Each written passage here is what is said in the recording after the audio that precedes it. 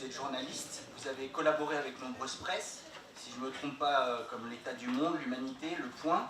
Vous avez notamment été correspondant pour Le Monde en Afrique de l'Ouest, une collaboration à laquelle vous avez mis fin suite à des désaccords éditoriaux. Vous avez été responsable de la rédaction à Afrique 24 Magazine et aujourd'hui vous êtes l'un des journalistes de la Web TV Le Média. Alors vous connaissez très bien l'Afrique de l'Ouest, où vous êtes beaucoup engagé, notamment il me semble en Côte d'Ivoire. Alors Thomas Dietrich, vous avez été haut fonctionnaire, mais vous êtes aussi romancier. Vous avez publié 2 romans aux éditions Albin Michel, Là où la terre est rouge et Les enfants de Toumaï. Vous connaissez très bien la Centrafrique et le Tchad, où vous avez vécu, mais aussi où vous vous êtes engagé, ce qui vous a valu d'être emprisonné et expulsé. Vous dénoncez régulièrement la persistance des réseaux france-africains en signant des tribunes, notamment dans Libération, je crois. Alors, à ma droite, Kako Nubukpo, vous êtes un homme politique et macroéconomiste togolais. Vous avez été ministre de la prospective et de l'évaluation des politiques publiques du Togo sous la présidence, alors je vais le mettre entre guillemets, présidence, de Faure Gnassingbé. Vous êtes aujourd'hui engagé et milité pour que les États d'Afrique de l'Ouest abandonnent le franc CFA. Et à ce titre, vous avez dirigé l'ouvrage collectif Sortir l'Afrique de la servitude monétaire. Donc je pense qu'on va avoir l'occasion d'en parler, le CFA étant un sujet aussi d'actualité. Alors ensuite, Odile Tomner. Vous êtes écrivain et surtout présidente de l'association présidente de l'association Survie. Alors Survie, c'est une association qui dénonce toutes les formes d'intervention néocoloniale française en Afrique et qui milite depuis maintenant, si je ne dis pas de bêtises, 30 ans, une trentaine d'années. Donc qui milite pour une refonte réelle de la politique étrangère de la France en Afrique.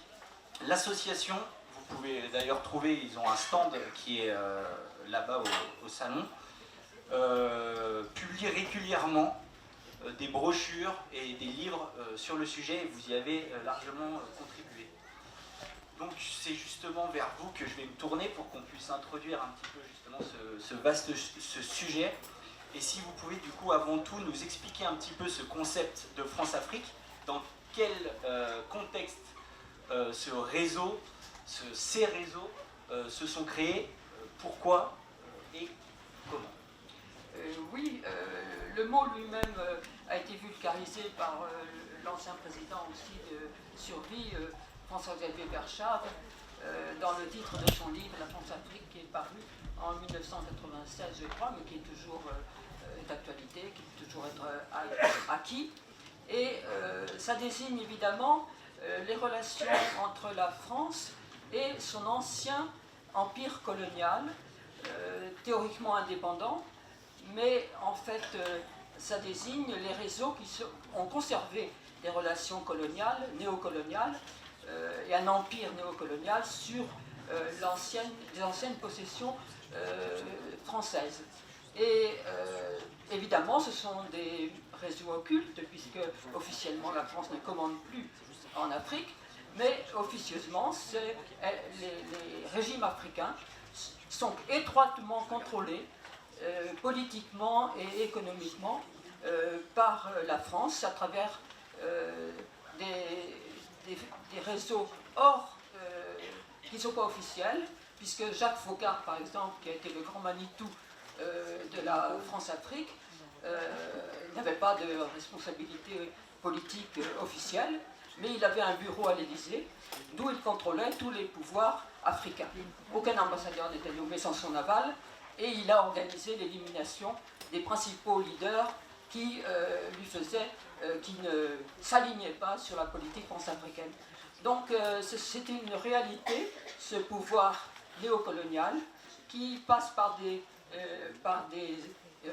circuits étatiques et para-étatiques, qui passent aussi par ELF, par exemple. À travers ELF, vous avez des réseaux, et portez-vous au procès ELF, avec Tarallo, l'homme de la France-Afrique.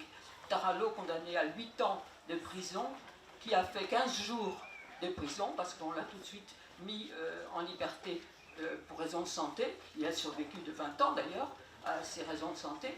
Et il a été élargi parce qu'il avait, comme tout mafieux, il avait gardé un silence absolu à son procès. Donc voilà, c'est quand même un circuit, des circuits extrêmement mafieux, extrêmement affairistes et aussi extrêmement étatiques, qui s'exerce, un pouvoir qui s'exerce sur les anciennes possessions africaines de la France. Alors, tous les présidents, évidemment, ont eu leur activité france-africaine. Il ne faudrait pas se méprendre.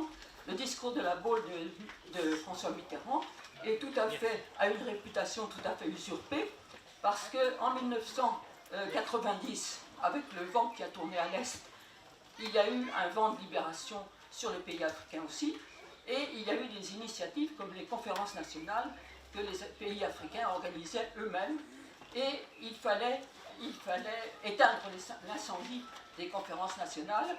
Et à la Baule, Mitterrand, ce discours, tout le monde peut le lire, vous le trouvez facilement sur Internet.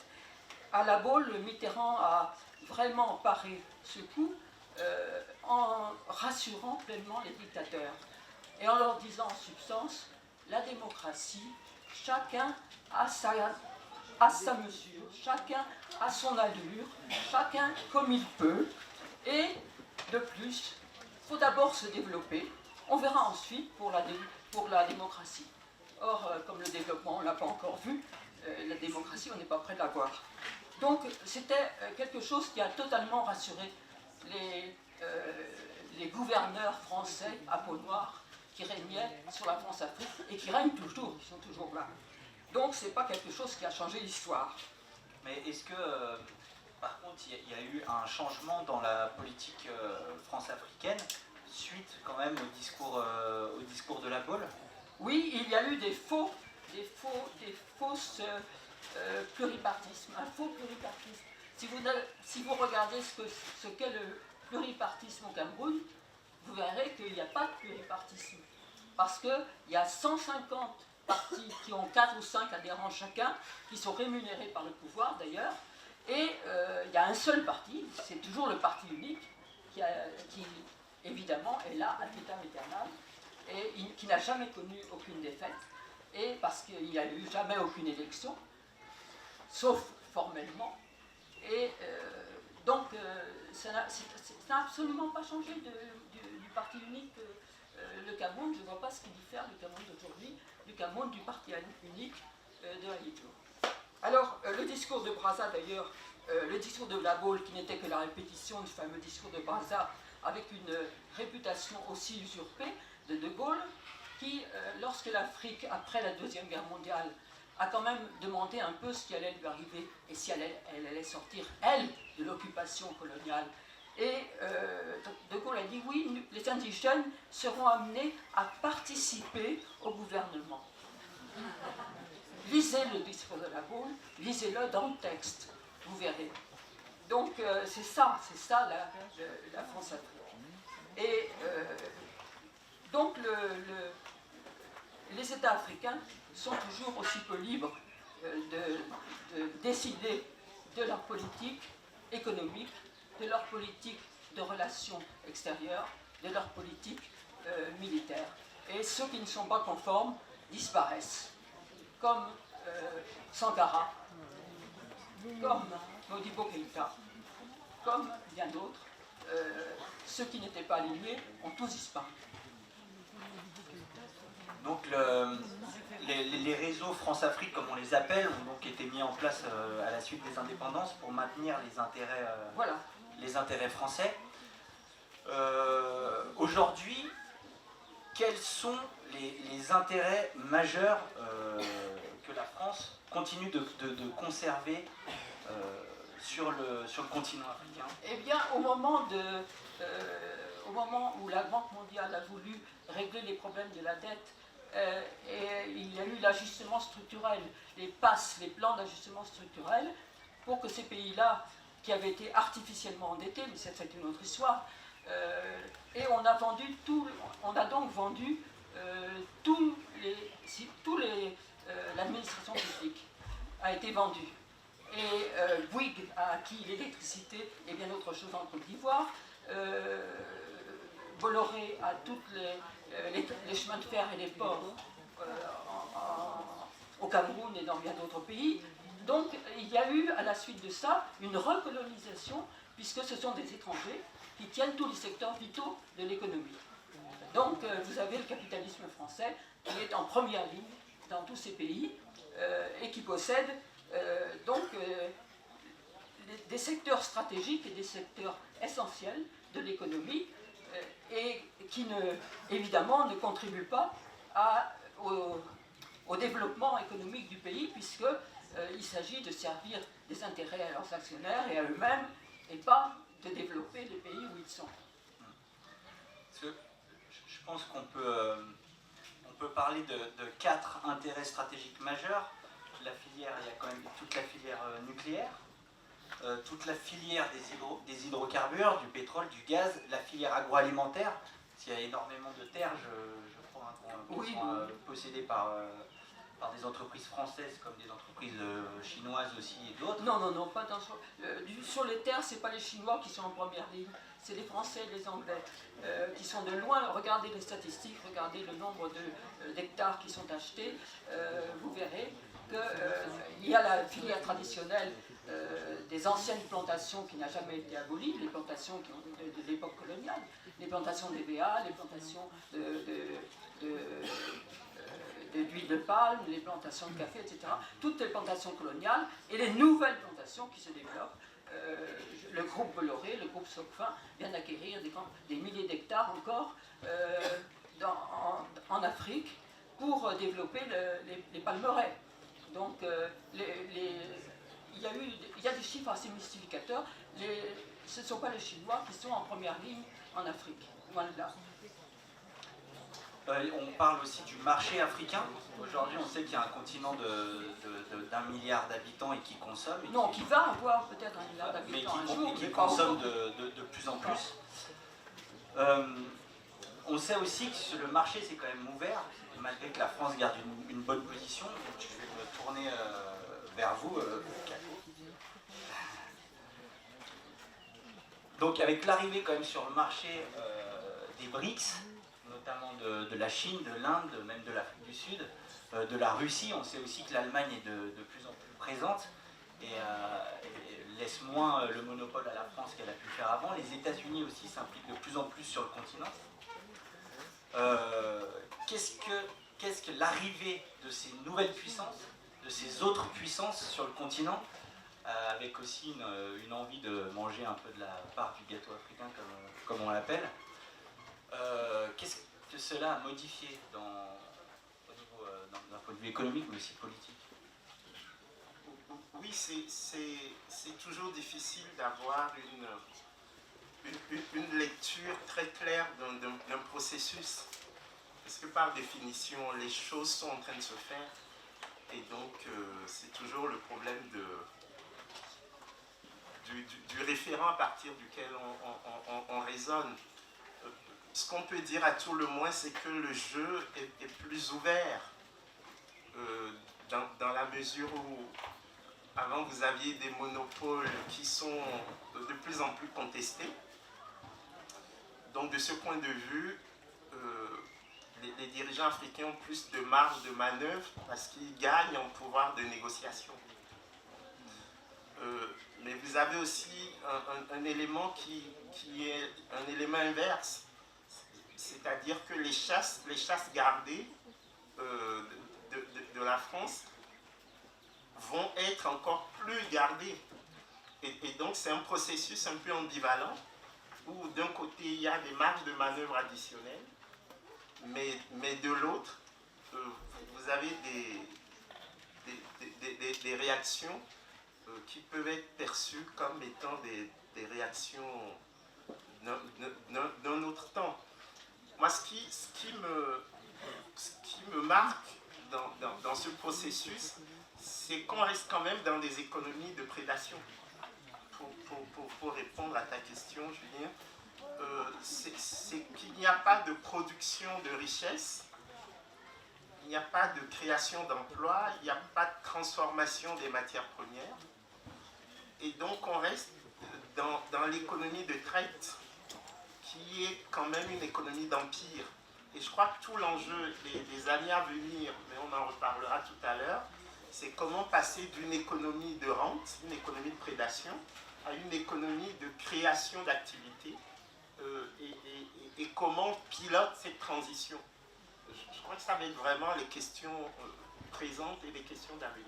Et est-ce qu'on sait quel pourcentage par exemple, de matières premières quitte le continent, puisque en général c'est transformé ailleurs, sans passer justement par un marché, par un véritable marché officiel? C'est difficile. Quand je prends le coton, nous savons que seuls 3% de la fibre de coton africaine est transformée sur place. Donc ça veut dire que 97% de la fibre de coton africaine est transformée hors d'Afrique. Après, quand vous prenez un pays comme la Guinée équatoriale, qui est un émirat pétrolier, nous savons que le revenu national brut de la Guinée équatoriale, c'est-à-dire une fois qu'on paye la propriété du capital, le revenu national brut, c'est seulement 47% du PIB de la Guinée équatoriale. Ça veut dire que plus de la moitié de la richesse créée chaque année en Guinée équatoriale sort de la Guinée équatoriale. Ce qui fait que l'individu lambda qui vit en Guinée équatoriale, il voit énormément d'activités, il voit que le prix des logements flambe, parce qu'il y a énormément d'étrangers, mais il ne voit pas les retours finalement de cette activité. Et donc, là encore, on a effectivement des chiffres qui montrent la réalité de la prédation. Et ça, ce qui me paraît intéressant, c'est de dire que ces éléments sont tout à fait légaux. On ne parle même pas encore des flux de capitaux illicites. C'est-à-dire que le système organisé autour de la zone franc, le franc CFA, autorise la libre circulation des capitaux. Et donc, c'est de manière tout à fait légale que les flux de capitaux sortent de l'Afrique zone franc, parce que ça fait partie des spécificités de la zone franc. Et vous nous disiez quelque chose de vraiment intéressant, dans le sens où avec justement l'arrivée de nouvelles puissances, ça crée aussi des réactions pour protéger ses propres intérêts. On voit que ces dernières années, les interventions militaires françaises en Afrique, notamment dans la zone sahélienne, se sont multipliées. Il y a aujourd'hui énormément de militaires français dans plusieurs pays du Sahel. Ça avait commencé aussi un peu en 2011 en Côte d'Ivoire, puis après il y a eu la Libye, le Mali, la Centrafrique. Aujourd'hui on peut constater un peu que de Dakar à Djibouti, quasiment toute la zone du Sahara est contrôlée par les militaires français. Est-ce que ça vient en réaction justement? Est-ce que la France est en train de s'agiter un petit peu pour maintenir ses intérêts? Je sais que Théophile, vous connaissez bien la Côte d'Ivoire. Oui. Qu'est-ce qui, selon vous, a poussé la France, par exemple, donc, en 2011, à soutenir militairement Alassane Ouattara?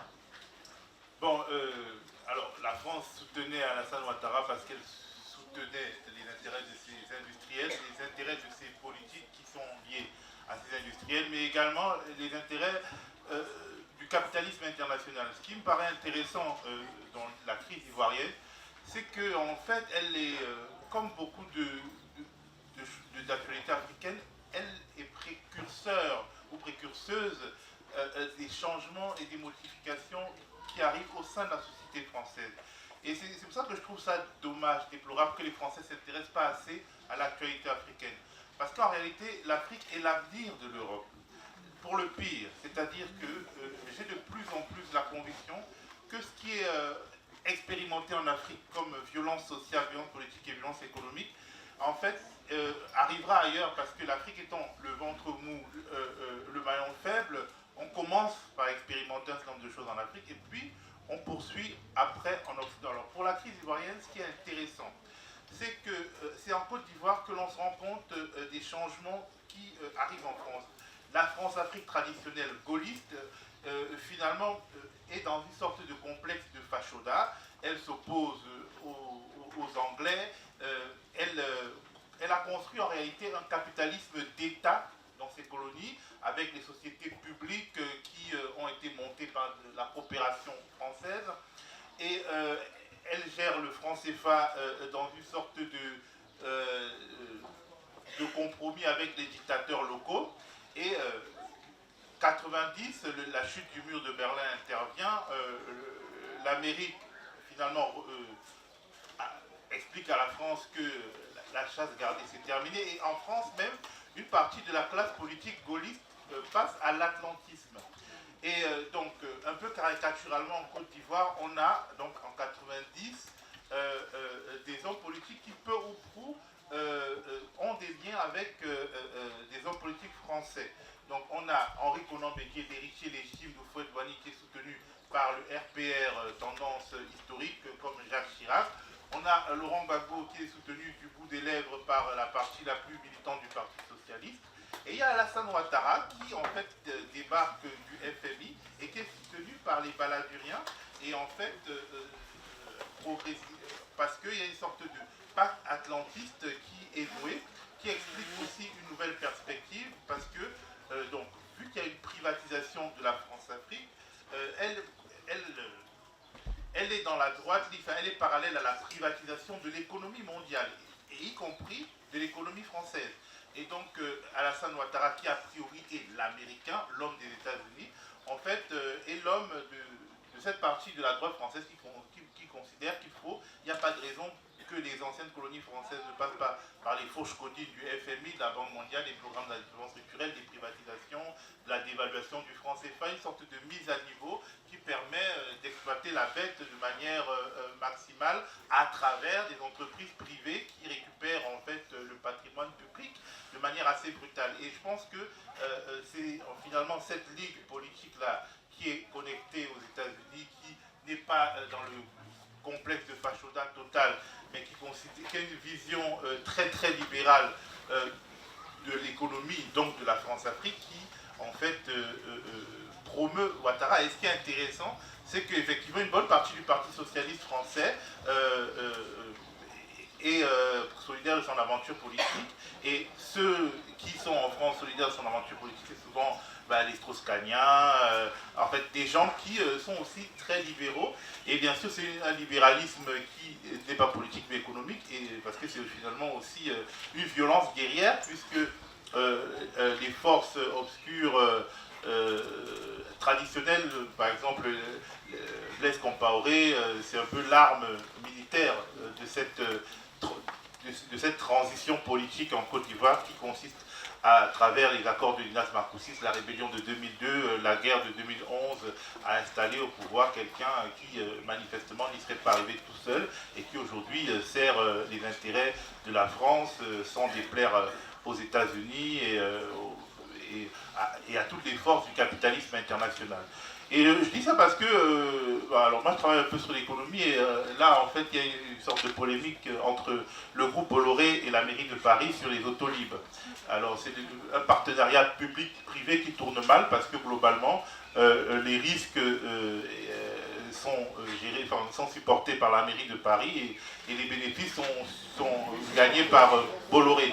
Mais ça me fait marrer parce que ça fait juste 25 ans que l'Afrique subit les partenariats publics-privés, que la Côte d'Ivoire par exemple est saignée par Bouygues et Bolloré, et l'eau, l'électricité, tous les secteurs stratégiques, c'est exactement ce type de partenariat public-privé où c'est l'État qui investit, mais c'est l'entreprise publique qui gagne de l'argent. Alors la mairie de Paris se rebelle, mais pendant toutes ces années où en fait la fortune publique africaine, des pays africains est passée entre les mains de groupes privés français, on a parlé de la France-Afrique de manière peut-être compassionnelle, parce que franchement ça faisait pitié les Africains, on avait pitié d'eux, mais en fait on n'a pas eu la conscience claire que finalement l'expérimentation qui a commencé en Afrique se poursuivrait ailleurs. Aujourd'hui quand on voit la Grèce, etc., la Grèce est sous ajustement structurel, et même la France est plus ou moins sous ajustement structurel dans la mesure où c'est la bataille pour le maintien des services publics, etc.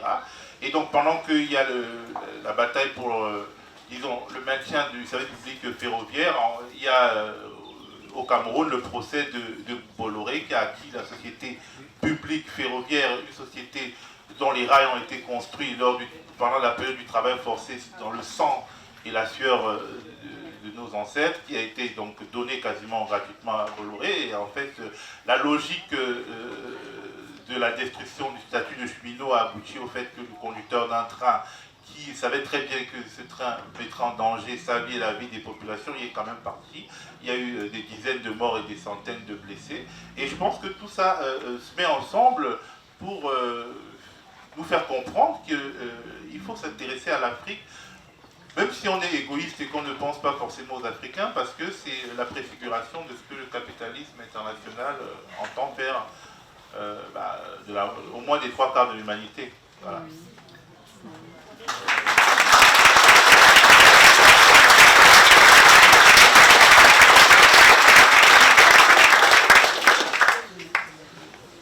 Alors on sait que après aussi la Côte d'Ivoire, la France a intervenu au Mali, on s'en souvient bien, sous couvert un petit peu d'intervention humanitaire. Ensuite, ça a été la Centrafrique, un pays qui est assez mal connu, je pense, en France. Thomas, c'est un pays, toi, que tu connais très bien. Est-ce que, d'ailleurs, tu as été même emprisonné, tu as suivi aussi des pressions là-bas. Est-ce que tu peux nous expliquer un petit peu ce qui a justifié l'intervention assez rapide, en plus, de la France en Centrafrique? Alors, effectivement, on l'entend là. Il y a deux questions. C'est d'une part la présence militaire française au Sahel et d'autre part la présence militaire française en Centrafrique. Moi j'aime bien dire qu'il n'y a pas une Afrique, mais qu'il y a des Afriques, et on en a parlé avant avec la Côte d'Ivoire, on en parlera avec le Togo. Ce sont des configurations culturelles, sociologiques, politiques, économiques qui sont très différentes. Même si en Afrique francophone, il y a quand même un facteur structurant qui est cette fameuse France-Afrique qui est là depuis 60 ans et qui continue d'opprimer les populations et d'installer des pantins à la tête des États. Alors, commencer par la Centrafrique. Alors, je pense que ça a toujours été la chasse gardée de la France, et notamment des militaires français, qui, depuis l'indépendance de la Centrafrique en 1960, a installé des pantins à la tête du pays. Je pense que tout le monde connaît le fameux empereur Bokassa, Jean Bédel de son prénom, qui avait eu la bonne idée de vouloir se faire couronner comme Napoléon Ier. Il voulait vraiment le même couronnement, sauf que c'était à Bangui. Donc il a amené les chevaux depuis la Normandie, il faisait 45 degrés, les chevaux sont morts, c'était pas très sympa. Mais tout ça payé quand même par la France et par l'argent du contribuable français et de Giscard d'Estaing. C'était quand même assez incroyable. On a eu notamment le successeur de Bokassa qui s'appelait André Kolimba. Il y avait un militaire français qui s'appelle Colonel Mention qui était dans le bureau à côté du président, et à chaque fois que le président avait une décision à prendre, il venait le consulter, et le colonel Mention, qui était un colonel français, lui disait quoi faire. Donc il y a eu vraiment une prééminence française depuis très longtemps, même si ça a été mal connu, ça a été mal explicité ici. Et c'est vrai que, pour venir à partir de 2003, il y a eu l'installation, avec d'ailleurs le soutien de la France et du Tchad, qui est une puissance sous-régionale, donc le Tchad qui est gouverné depuis 1990 par un type assez pas très recommandable qui s'appelle Idriss Déby, a installé au pouvoir en Centrafrique, à Bangui, un monsieur qui s'appelle François Bozizé. François Bozizé s'est fâché avec la France pour une question d'uranium.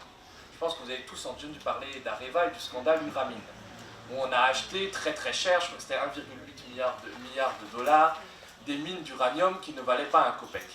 Et bien ça, voilà, en Centrafrique, ça s'est passé, il y avait la mine de Bakouma, et pour des sombres histoires d'argent, de répartition des revenus, qui d'ailleurs, la mine n'a jamais été exploitée, donc il n'y a jamais eu de revenus, la France s'est fâchée avec le président centrafricain Bozizé, et s'est mise plus ou moins en tête de le renverser à long terme. Ce qui a précipité la Centrafrique dans le chaos qu'on connaît depuis la fin 2012, donc le déclenchement de la crise, bizarrement, c'est l'intervention française au Mali. Donc, on sait que 2011, Nicolas Sarkozy intervient en Libye, soi-disant pour sauver les droits de l'homme. Voilà. C'est vrai que, suite à ces visites très fructueuses, où il est reparti avec plein de cadeaux, il s'est rendu compte qu'en Libye, les droits de l'homme étaient maltraités, ce qui était absolument vrai. Ce qui n'empêche pas que la chute de Kadhafi a créé le chaos en Libye, et Kadhafi ayant un arsenal très puissant, l'arsenal militaire s'est dispersé avec les troupes, et notamment s'est retrouvé au Mali, qui ont pu armer les islamistes. Donc les islamistes se sont mis à fondre sur Bamako. En réalité, on en discutait ce matin, ils n'auraient pas pu arriver à Bamako, mais en tout cas, l'armée française est intervenue, et pour limiter les pertes, on a eu besoin de soldats. Et on a fait appel à Idriss Déby, puisque le Tchad est réputé pour avoir les meilleurs soldats d'Afrique, notamment en terrain désertique, qui sont capables de combattre. Il aurait été bien évidemment impensable que la France perde 50 militaires dans des opérations au sol, donc on était bien content d'avoir nos tirailleurs sénégalais du 21e siècle et d'embaucher les soldats tchadiens. Mais je pense qu'il faut le dire, et d'ailleurs ils sont combattus très courageusement, il y a eu des centaines de morts du côté des soldats tchadiens. Idriss Déby, qui à partir de 2011 et la chute de Kadhafi, se prend un peu pour le nouveau Kadhafi de l'Afrique, délire mégalomane, et ils font un deal avec Hollande. Moi, je l'appelle très simplement comme ça. Il dit ok, moi je t'envoie mes soldats au Mali, mais en échange, bon, tu me laisses la Centrafrique. De toute façon, toi, la France n'aime pas Bozizé depuis longtemps, donc nous, on va s'occuper de la Centrafrique.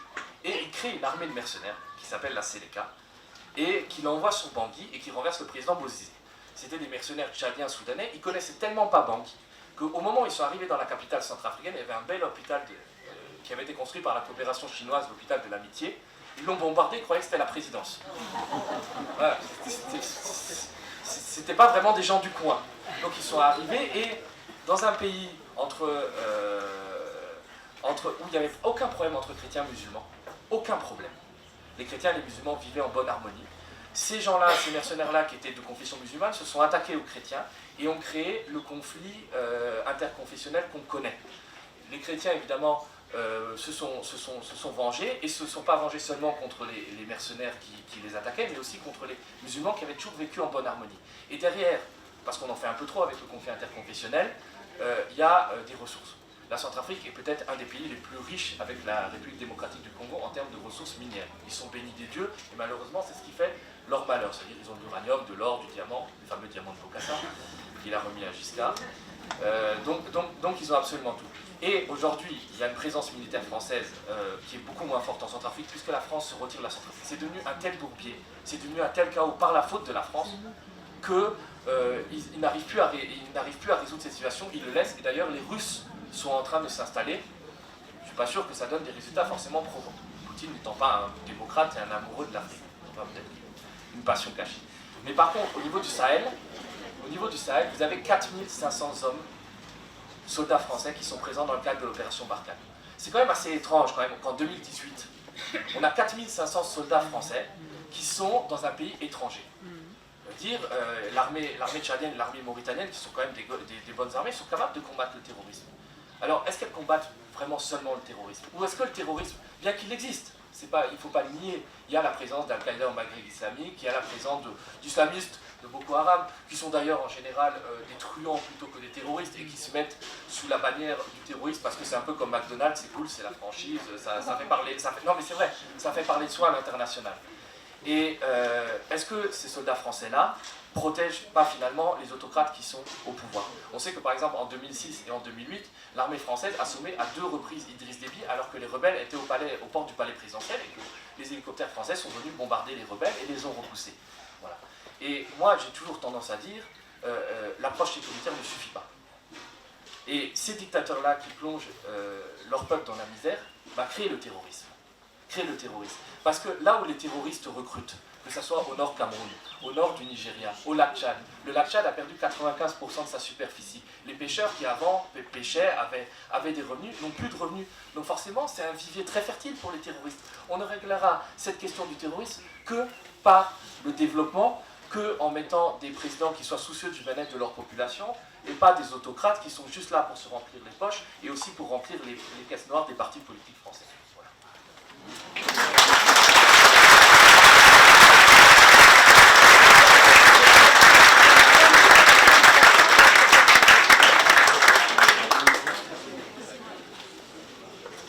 Comment, je vais rester avec toi, t'es intéressant, ça va. on peut te relancer un peu. Non, comment concrètement la France influence la politique sur place? Comment est-ce que sur le terrain, concrètement, ça se passe? Moi, je vais prendre l'exemple de la Centrafrique. Après la crise, Hollande a installé un ambassadeur qui s'appelle Charles Malinas, qui aujourd'hui a été mis à la retraite d'office au Quai d'Orsay pour avoir vendu des visas. Alors c'est une pratique assez courante en Afrique, hein. Les consulats vendent des visas. Sauf que là, l'erreur qu'il a faite, c'est qu'il y avait des Pakistanais qui venaient du Pakistan, des salafistes, et qui venaient prendre leur visa en Centrafrique pour venir en France. Bon, avec les risques, fichiers S, tout ça, terroristes, c'est pas très bien passé. Ce type-là était le véritable président de la Centrafrique. C'est lui qui prenait les décisions. Il n'y avait pas une seule décision, notamment au moment de l'organisation des élections, qui se faisait sans l'aval de l'ambassadeur de France à Bangui. C'était véritablement le proconsul de Bangui, comme à l'époque des colonies. Et c'est vrai qu'il y a une vraie domination, il y a un rapport de domination qui continue à exister, de soutien. Je vais prendre un État comme le Niger. Le Niger, en 2011, le président Mamadou Issoufou a été élu démocratiquement. C'était un vrai espoir pour le peuple nigérien. Sauf que depuis, il s'est considérablement durci. En ce moment, il est en train de mettre des membres de la société civile en prison. Il a été élu aux dernières élections présidentielles avec 92% des voix, score soviétique, avec son opposant qui était en prison. C'est quand même plus facile, ça lui évite de faire campagne. Et la France soutient. D'ailleurs, Macron est allé au Niger la dernière fois, il a dit « Mais oui, le Niger est une démocratie, est un exemple pour le continent africain. » Je sais pas qu'est-ce qu'il y prend. Et on perpétue ce rapport de domination, c'est-à-dire la France protège. Elle protège Idriss Déby au Tchad, elle protège Mamadou Issoufou au Niger, elle entretient le chaos en Centrafrique, donc il y a vraiment des réseaux d'influence. Mais ce qui est particulièrement intéressant, c'est que le centre de gravité de la politique française en Afrique s'est déplacé du Quai d'Orsay, ou en tout cas de la cellule africaine de l'Élysée, sous Hollande, au ministère de la Défense. Ça veut dire que c'est vraiment Jean-Yves Le Drian et les militaires, notamment Benoît Puga. Benoît Puga, c'était le chef de cabinet particulier, l'état-major particulier de Sarkozy, puis de Hollande. Donc il a réussi l'exploit de rester sous les deux présidents qui n'étaient pas du même bord. C'est un homme quand même qui compte. Et ce monsieur-là a organisé toutes les opérations militaires en Libye, au Mali, en Centrafrique. Donc le centre de gravité s'est vraiment déplacé et c'est les militaires qui soutiennent d'autres militaires au pouvoir en Afrique. Et les diplomates n'ont plus leur mot à dire. C'est-à-dire, on a vu sous Hollande que le rôle de la cellule africaine de l'Élysée, et Odile en parlait tout à l'heure, la cellule africaine de l'Élysée qui avait été créée par Foccart, a complètement disparu. C'est-à-dire Hélène Le Gall, vous connaissez, par exemple, je vous dis Hélène Le Gall et Thomas Melonio, on ne parle pas. Pourtant, c'était les conseillers Afrique de Hollande. Ben, c'est pas eux. C'est pas eux qui ont géré l'Afrique, c'est Jean-Yves Le Drian. Et ça continue aujourd'hui avec des militaires qui finalement soutiennent les autocrates vaille que vaille au nom de la sacro-sainte lutte contre le terrorisme. Elle a bon dos, c'est lutte contre les terroristes. Et puis derrière, on a des pays qui se développent absolument pas. Le Tchad est un pays pétrolier. Il faut savoir que ce pays pétrolier, au bout de 15 ans d'exploitation du pétrole, ils n'ont plus de quoi payer les salaires, ils sont obligés d'emprunter de quoi payer les salaires des fonctionnaires aux Camerounais ou aux Angolais. Ils coupent les salaires des fonctionnaires de 40%, avec des revenus du pétrole qui étaient censés les conduire vers l'émergence. C'est parce qu'il y a un détournement massif de la rente pétrolière, de toutes les rentes, au profit d'une élite. D'ailleurs, je vais vous raconter une petite histoire.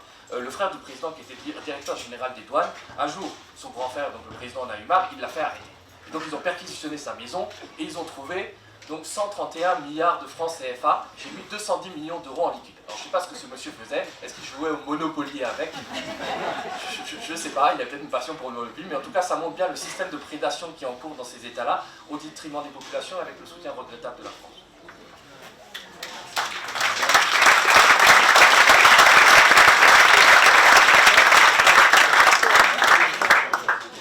Donc là, on a vu toute l'influence politique, les interventions militaires de la France. On a parlé un petit peu avant de prédation économique aussi.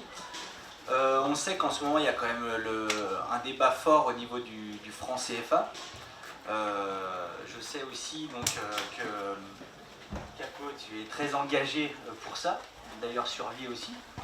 Est-ce que tu peux nous en parler un petit peu et nous expliquer en quoi cette monnaie est un frein au développement et un frein à la souveraineté des États? Oui, c'est un peu la synthèse de ce que viennent de dire Théophile et Thomas. C'est-à-dire que si vous prenez l'euro, ben, le CFA c'est l'euro mais en pire, pour faire bref.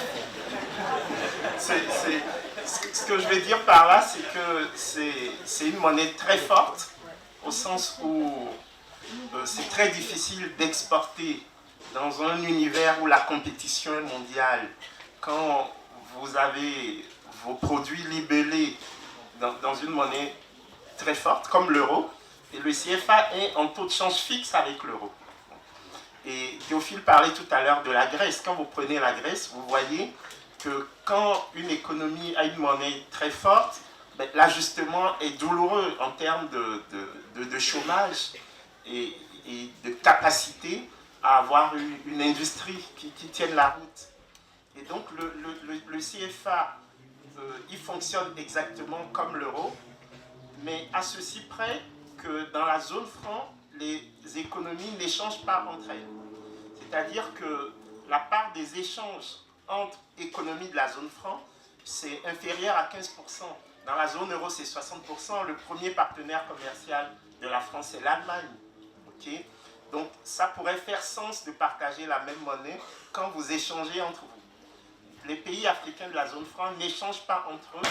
Donc, a priori, il n'y a pas de raison qu'ils partagent la même monnaie. Deuxième point qui rend le CFA plus compliqué que l'euro, ben, c'est que vous n'arrivez pas à accéder au crédit en zone CFA.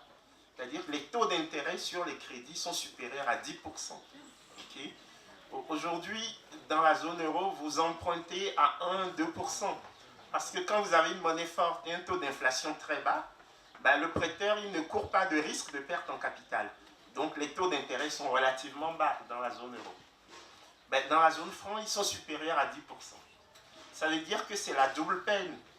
Vous avez des économies qui ne peuvent pas être compétitives, parce que dotées d'une monnaie forte, des économies qui n'échangent pas entre elles, parce que tournées vers l'exportation de matières premières, sur lesquelles elles sont toutes substituables et non complémentaires, et des économies qui n'arrivent pas à financer leur développement, parce que les taux d'intérêt sont trop élevés.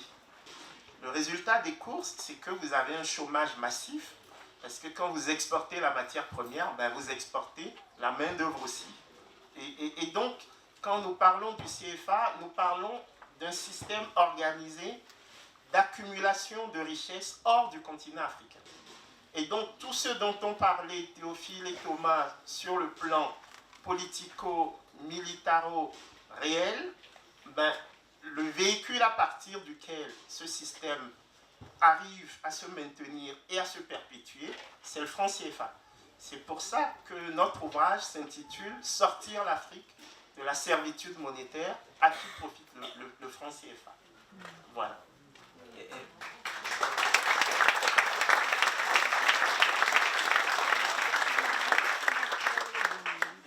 Odile, est-ce qu'il n'y aurait pas aussi, pour vous et pour l'association Survie, quand même un problème tout aussi idéologique qu'économique avec le franc CFA? C'est-à-dire, l'association Survie milite pour que la France réforme sa politique africaine. Donc, c'est pas pour que la France ou n'importe qui en France se substitue aux États africains dans leurs décisions d'avenir. Ils doivent choisir leurs partenaires librement, sans avoir les conseils moralisateurs de leurs anciens exploiteurs. La France est mal placée pour donner des conseils de morale aux pays africains. Donc, pour nous, ce qui nous importe, c'est de modifier la vision en France pour qu'on ne soit plus dupé par les gouvernements français pour de faux intérêts français, qui sont les intérêts de quelques capitalistes mondiaux, multinationales, etc., et pas les intérêts de la masse française. Et en particulier, oui, j'insiste sur, par exemple, l'aspect militaire de la présence en France, qu'on a évoqué tout à l'heure. Nous avons un dossier noir qui est très intéressant, que nous avons sur notre stand.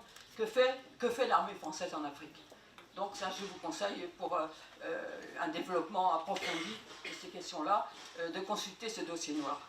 Parce qu'en effet, de toutes les anciennes puissances coloniales, la France est la seule qui a conservé un certain nombre de bases sur le terrain de ces anciennes colonies, 4 ou 5 je crois, qui a conservé en permanence des forces prépositionnées, comme on dit. L'armée française n'est plus une armée de défense nationale, l'appellation a d'ailleurs disparu. On n'a pas le ministère de la Défense, on a le ministère des Armées maintenant. Attention, c'est plus de la défense nationale, parce qu'évidemment, la France n'est pas menacée d'invasion. Et donc, c'est la projection coloniale par excellence de ces interventions. Et projection impérialiste, parce qu'elle collabore aux États-Unis, en Irak, etc. Donc, pas simplement néocoloniale, mais impérialiste. Dans la foulée des États-Unis, on envoie des soldats sur quantité de fronts pour faire la guerre. Donc, pour ce qui est de nos anciennes colonies, évidemment, c'est les innombrables interventions armées françaises pour soutenir les pions qu'elle a placés. On peut en faire l'histoire, elles sont très très nombreuses, et encore maintenant, même sous un paravent ONU, c'est de ça qu'il s'agit. Et vous avez donc un budget. On a dit tout à l'heure que l'armée fait la politique africaine. C'est clair sous Hollande, qui n'avait aucun tropisme africain et qui n'était pas particulièrement connaisseur des questions africaines, il a tout délégué au ministère des Armées. Et ça pèse sur le budget de la France. Vous n'avez pas de gens aux urgences. Pourquoi? Parce qu'il n'y a pas d'argent. Vous n'avez pas assez d'enseignants parce qu'il n'y a pas d'argent. Et avec Macron, vous savez que toutes les dépenses publiques vont être absolument ratiboisées. Donc, mais on a de l'argent pour les militaires.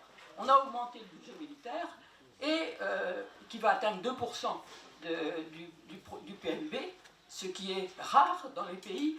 Ça n'a rien à voir. La Chine va peut-être 0, quelques de son PNB en dépenses militaires.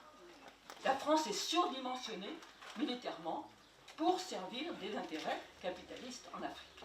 Donc, et ça, je pense que l'électorat français n'est pas informé là-dessus, alors, les guerres sont déclarées avec des motifs artificiels, parce que là, les rebelles maliens qui avaient quelques 4x4 n'allaient pas descendre attaquer Bamako, c'est évident, qui est à plus de 800 km. Et c'est ça qu'on a servi en France. C'est ça qu'on a servi pour justifier l'intervention au Mali. Donc c'est absolument de la propagande, souvent mensongère, qui justifie ces interventions. Et les autres pays, un pays comme l'Angleterre, le Nigeria a beaucoup de problèmes avec les islamistes, avec Boko Haram. Ce n'est pas l'armée britannique qui vient gérer ça. Le Kenya a eu un terrible conflit post-électoral où les gens se sont massacrés. Ce n'est pas l'armée britannique qui est venue défoncer le palais présidentiel kényan. Et vous voyez la différence de politique. Et c'est vous qui payez cette politique. Les Anglais, eux, ne dépensent pas d'argent là-dedans. C'est vous qui payez cette politique d'intervention armée très très coûteuse, mais qui est une excellente réclame pour l'industrie des armées, des ventes d'armes en France, parce qu'ils ont des opérations grandeur réelle qu'ils peuvent servir à leurs clients. Donc voilà à quoi ça sert nos interventions militaires, à acquérir des clients pour l'industrie de l'armement.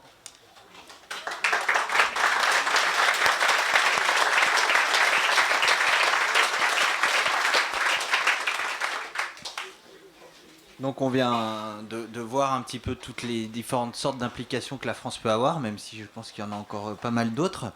Mais là, ça fait 60 ans maintenant qu'il y a eu pourtant les indépendances, et on parle depuis tout à l'heure d'emprise post-coloniale.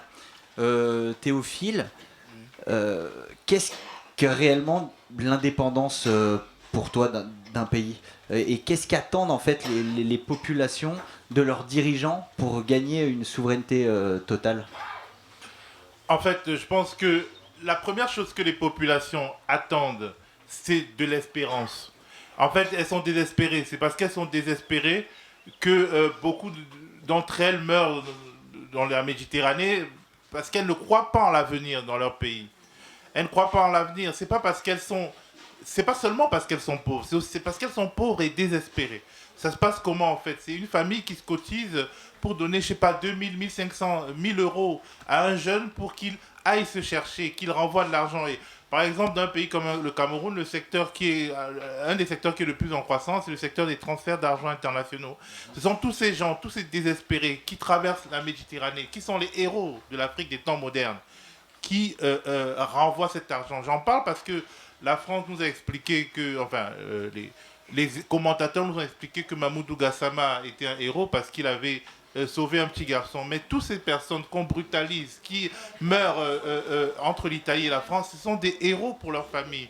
Au Cameroun, une famille, même de cadres, qui n'a pas 1 ou 2 enfants, en Occident, les parents meurent plus vite. Parce que quand vos enfants sont en France, quand vos enfants sont surtout au Canada, vous venez vous soigner. Vous avez une forme de sécurité sociale qui n'existe pas. Donc je pense que les peuples dans ce pays, ils attendent la sécurité sociale. Ils veulent le travail. Ils veulent la dignité. Et toutes ces choses passent effectivement par une réappropriation de leur pays. En fait, ils en ont marre d'être des serfs ad vitam aeternam. Ils n'ont pas la mentalité, comment dire, ils n'ont pas la résignation que pouvaient avoir leurs grands-parents ou leurs arrière-grands-parents parce qu'ils vivent dans un monde mondialisé. Et donc, ils s'expriment par la rébellion, par le djihad, par la course, la traversée de la Méditerranée. Je pense que c'est d'abord, les premières attentes ne sont même pas des attentes d'indépendance, mais ils se rendent bien compte que c'est parce qu'ils sont asservis politiquement, économiquement, qu'ils souffrent. Ils ont la conscience claire que, comme tu disais, la moitié de des revenus de leur sous-sol repartent à l'étranger. Ils savent qu'il y a des gens qui vivent de leur détresse. Et c'est pour ça qu'ils essayent de se révolter contre les ordres locaux et les ordres néocoloniaux, mais ils y parviennent difficilement et donc ils votent avec les pieds. Je pense que c'est vraiment ce qu'il faut avoir à l'esprit, c'est-à-dire ils sont comme vous et nous aujourd'hui, c'est-à-dire que ils cherchent la sécurité. C'est-à-dire qu'en fait, s'ils avaient besoin de survivre, ça irait encore. Mais étant des êtres vivants en 2018, ils ont besoin de sécurité sociale, d'éducation, d'université. En Afrique du Sud même, qui est le pays le plus riche d'Afrique, il y a eu des mouvements parce que après des décennies d'apartheid, on leur refuse l'éducation gratuite, l'université payante, dans un pays qui est dirigé par un parti qui est soi-disant socialiste, l'ANC. Donc, je pense que c'est d'abord ça, c'est le principal désir, c'est un désir de sécurité. Et donc, en deuxième partie, parce qu'ils savent pourquoi ils sont en insécurité, c'est un désir d'indépendance. Maintenant, comment y arriveront-ils? Il est question pour les jeunes Africains de faire la révolution avec des téléphones qui les espionnent via Facebook et les logiciels qu'on vend à leur gouvernement. Il est question pour eux de se libérer alors que la puissance de l'État et la faiblesse des individus fait que... c'est-à-dire c'était plus facile de prendre la Bastille en 1789 que de prendre un palais aujourd'hui, enfin pour des gens qui sont non armés en Afrique. Et en plus, il y a tout un édifice d'explication du monde qui ne leur rend pas service, qui ne restitue pas leur voix. Et c'est très difficile et je ne sais pas, je n'ai pas la réponse, mais je sais le désir, mais je ne sais pas la solution. Mais il y a quand même des mouvements citoyens, des mouvements sociaux ces dernières années dans plusieurs pays, comme depuis à peu près les années 2010, on a vu le mouvement Y en a marre au Sénégal qui a empêché la réélection du président Wade, ensuite le ballet citoyen au Burkina Faso, qui ont réussi une mobilisation qui a permis quand même une révolution populaire qui a mis dehors Blaise Compaoré, qui était historiquement bien ancré. Il y a d'autres mouvements qui se mettent en place dans différents pays, Filimbi au Congo ou encore la Lucha. Est-ce que tout ça quand même, toute cette mobilisation de la société civile qui prennent quand même des mouvements qui prennent quand même beaucoup d'ampleur et dont on aurait pu aussi s'inspirer ici, peuvent être un espoir et voilà, quelle influence aussi eux ils ont aujourd'hui sur la société? Indubitablement c'est un espoir, mais c'est un espoir inachevé. Pourquoi? Parce que, regardons, de manière assez cynique, au Sénégal, le mouvement Y en a marre a réussi effectivement à empêcher Abdoulaye Wade de se perpétuer au pouvoir, mais à la suite, il y a eu l'élection de Macky Sall, qui est une créature d'Abdoulaye Wade, qui est un clone d'Abdoulaye Wade. Aujourd'hui, le Sénégal est devenu un pays qui a du gaz, et il y a des informations récurrentes selon lesquelles, déjà dans ce secteur du gaz, il y a des sociétés qui se créent par la famille de Macky Sall pour pouvoir, par la suite, revendre des intérêts qui auraient été octroyés à des groupes internationaux et se nantir. Au Burkina Faso, vous avez aujourd'hui Roch Marc Kaboré, qui est arrivé au pouvoir grâce à la révolte citoyenne qui a permis le renversement de Blaise Compaoré. Mais en fait, on est en phase de démocratie marchande. C'est-à-dire, on a l'impression qu'en Afrique, quand le peuple a fait le travail pour se débarrasser des dictateurs, c'est ceux qui en fait ont été assez proches des dictateurs pour accumuler beaucoup d'argent et assez malins pour s'en dissocier à temps qui remportent la mise. Donc, il faudrait peut-être qu'il y ait des partis politiques populaires qui changent en fait leur manière d'organiser leur propre gouvernance, parce que les partis politiques des années 90 comme le SDF au Cameroun ou le FPI en Côte d'Ivoire n'arrivent plus en fait à atteindre les objectifs initiaux. Il faudrait peut-être des nouveaux types de mouvements politiques, mais qui décident, qui aspirent à prendre le pouvoir. À le prendre, pas seulement à contester le pouvoir, mais à prendre le pouvoir. Je pense que c'est extrêmement important. Mais alors, comment prendre le pouvoir dans des démocraties marchandes où, en fait, ce sont les militants ne financent pas l'activité politique, vu qu'ils n'ont pas d'argent, mais ce sont les dirigeants des partis qui payent les militants. Comment prendre le pouvoir alors qu'il faut des milliards de francs CFA, des dizaines de milliards de francs CFA pour postuler à des élections? J'ose dire que Thomas Sankara n'aurait jamais été élu président du Burkina Faso d'un régime de démocratie marchande tel que celui que nous connaissons aujourd'hui au Burkina.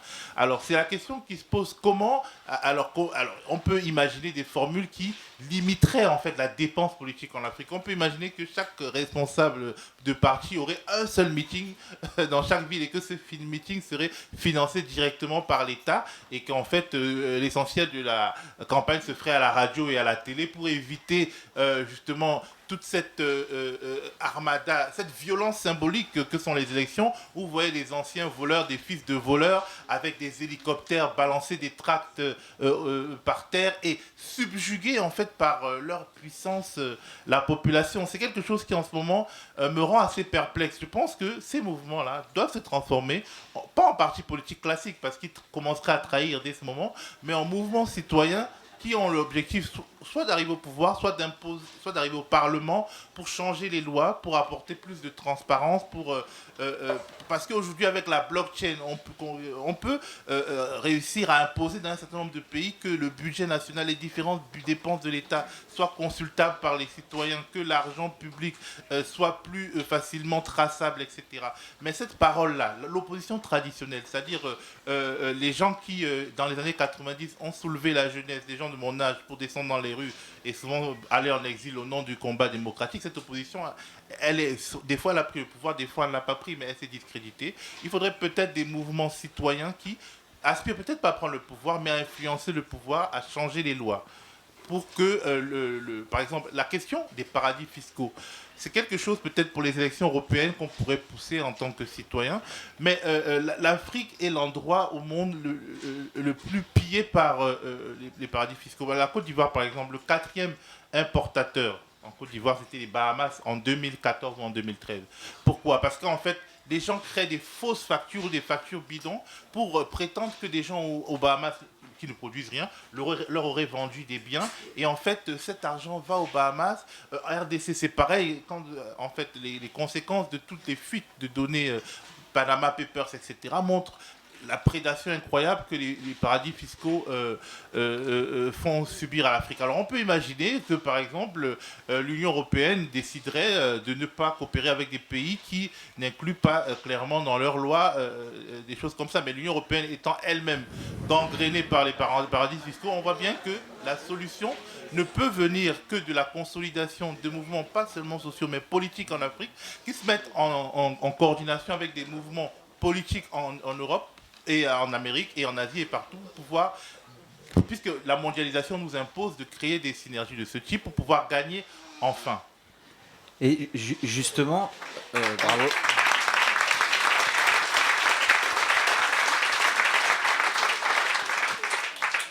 Justement, Thomas, on vous sait proche de l'opposition tchadienne. Est-ce que vous pouvez nous donner un peu l'état d'esprit justement de cette opposition?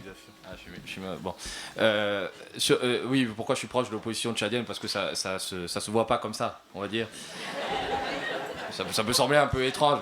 Il se trouve que j'ai un attachement particulier avec le Tchad, j'ai consacré un roman, j'ai été marié avec une Tchadienne, et puis j'ai été aussi expulsé du Tchad en 2016 pour, je vais vous donner le motif, incitation à la haine sociale et au soulèvement tendant à troubler l'ordre public. C'est QE à ordre public, ils avaient mis sur l'arrêté d'expulsion. Bon, en plus c'était des académiciens visiblement, donc voilà. Non mais je parlerai du Tchad, mais je pense que ça peut s'appliquer à une grande partie de l'Afrique. Ça veut dire, ce qu'a dit Théophile est très intéressant. C'est-à-dire, les mouvements d'opposition actuels en Afrique, les vieux partis sont souvent discrédités. Soit ils sont complètement sclérosés, soit ils ont un rôle d'accompagnateur des dictateurs. C'est-à-dire, au moment où vous avez une élection, le parti d'opposition vient, participe à ces élections, sachant que les dés sont pipés, que de toute façon ils ne les gagneront pas, mais comme ça, ils donnent du crédit. Ils donnent du crédit aux dictateurs qui sont en place. Ils donnent un semblant de démocratie.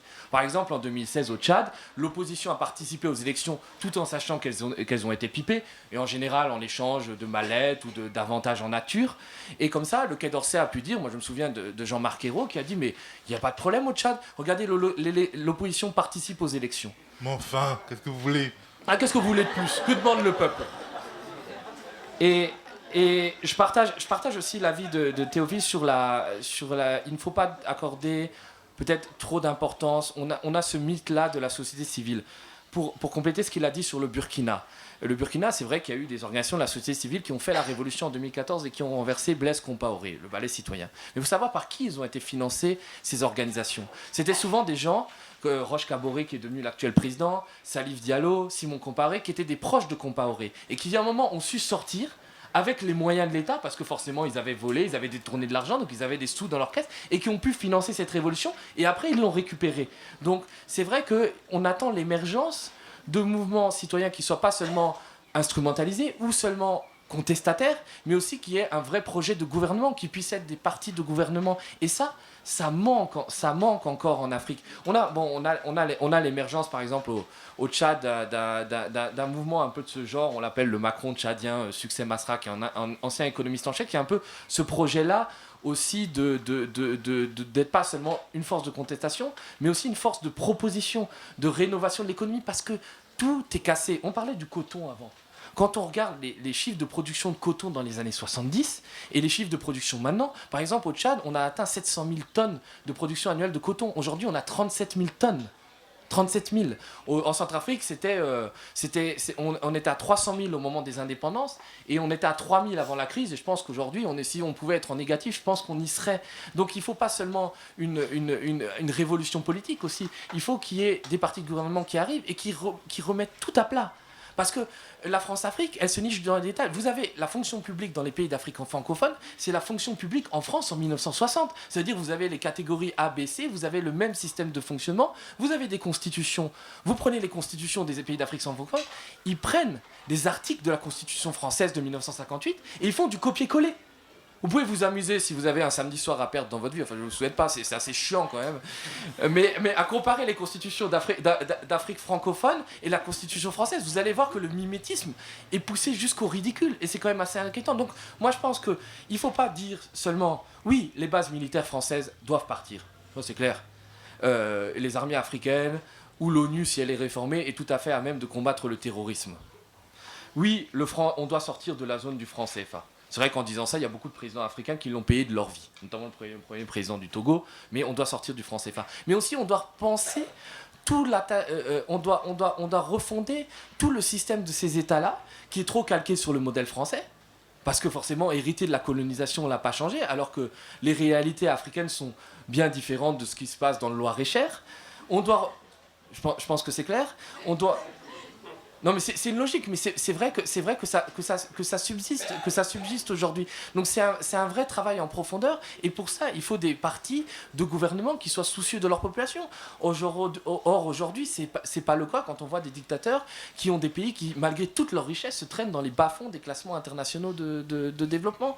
Donc c'est un espoir. Je pense que la jeunesse africaine elle est dans cette quête d'espoir. Elle est vraiment dans cette quête d'espoir, d'espérance. Elle ne sait pas vers qui se tourner. Elle se tourne des fois vers les mauvaises personnes. On voit qu'elle suit des farfelus comme Kémy Séba, alors que...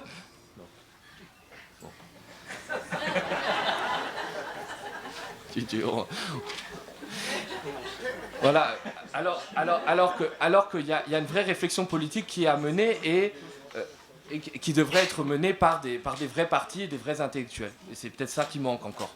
Mais ça viendra. Kako nous pourrait faire un mouvement citoyen. Voilà. Merci.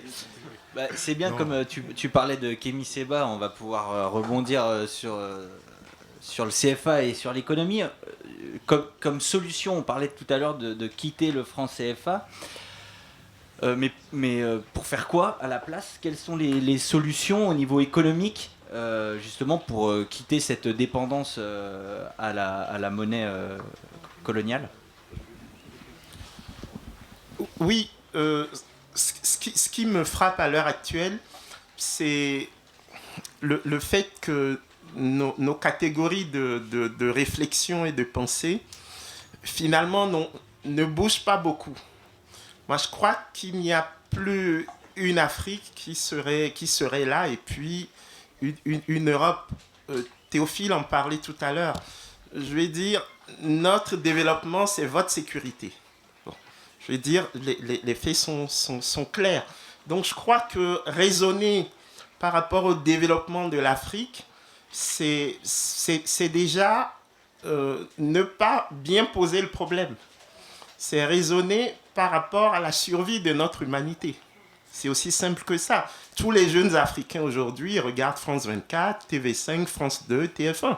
Bon, je veux dire, il y a le mythe de la différenciation des continents, mais c'est un mythe. Pourquoi? La population africaine, elle double tous les 25 ans. Et les 3/4 des Africains n'ont pas 35 ans. Voilà. Donc, une fois qu'on a dit ça, ça donne la mesure des défis qui nous attendent tous. Et ces jeunes Africains ne vont pas mourir en silence en Afrique. Bon. Donc, ça veut dire qu'ils vont venir ici. Bon.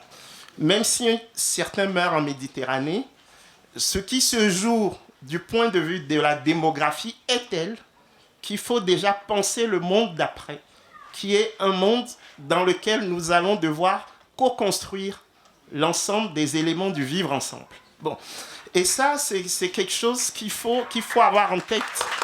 Si vous voyez, et à mon avis, les éléments qui pourraient nous permettre de penser cela ont été mis en évidence par les collègues. Le premier élément, c'est la responsabilité des Africains. C'est-à-dire que, quelque part, et c'est légitime, on pointe du doigt la responsabilité française et européenne. Mais les Africains ne sont pas de grands enfants. Je veux dire, les Africains sont dotés d'une raison. Je veux dire, l'Afrique n'est pas née en 1960. Bon, vous avez eu bon, donc, ça veut dire qu'il faut déjà que nous ayons des dirigeants responsables. Mais comment? C'est quelque chose qui me paraît fondamental. Et moi, je pense qu'il serait illusoire, et je suis d'accord avec Thomas, de penser que l'importation de la technologie démocratique pourra fonctionner en Afrique. Le niveau d'éducation est très faible. Le niveau des institutions est très faible parce que les États ont précédé les nations. Donc, vous avez des proto-nations. Et la capacité de gens qui sont au niveau de la survie à se projeter sur le long terme est très, très faible par définition. Bon. Donc, à partir de là, ce qu'il faut construire, c'est ce que j'appelle un développement partagé. Et ça passe par la reconquête des instruments de souveraineté. Sur la monnaie, par exemple, l'enjeu, c'est comment on finance les économies réelles. Okay. Donc, quand on parle de la réforme du CFA, on peut l'appeler, on peut changer de nom, mais l'enjeu, c'est est-ce qu'on peut avoir un système monétaire qui finance l'économie réelle? Ça, c'est à nous d'y travailler. Ça veut dire identifier les canaux de transmission du secteur monétaire, du secteur financier, vers le secteur réel. Ça suppose de connaître les économies africaines dans leur fonctionnement concret, pas dans le fonctionnement théorique.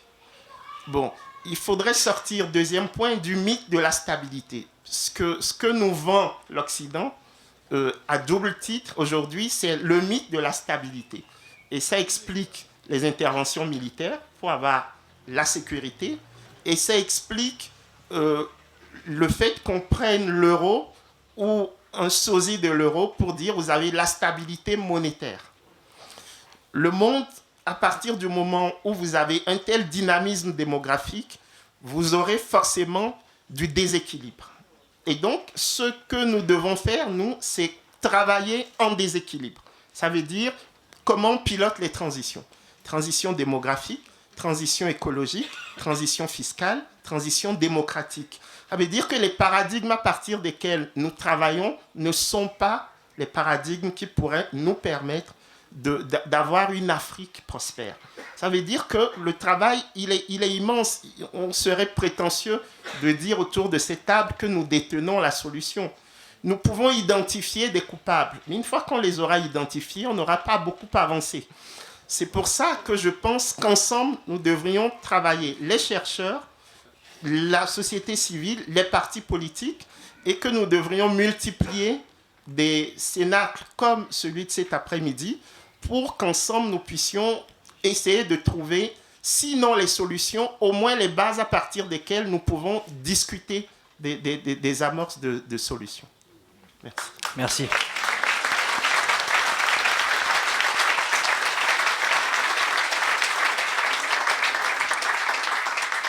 Alors, avant de passer la parole au public pour des questions, Odile, est-ce que vous pouvez nous dire, à nous, citoyens français, une fois qu'on sait tout ça et qu'on a fait cet état des lieux, quelles possibilités on a, quelles armes on a et qu'est-ce qu'on peut faire pour participer à un changement? Eh bien, avoir de bonnes informations. Survie est là pour vous fournir toutes les informations parce qu'on fait des recherches, parce qu'on publie des dossiers noirs, donc savoir exactement ce qui se passe. Par exemple, en ce moment, quelque chose que vous ignorez totalement, c'est qu'au Cameroun, l'armée camerounaise est en train de brûler. Elle a brûlé déjà 70 villages. Les habitants ont fui ou ont brûlé avec leurs maisons. Pourquoi ? Parce qu'il y a 2 ans, la partie anglophone a trouvé que justement dans les institutions, elle était complètement flouée et elle a manifesté.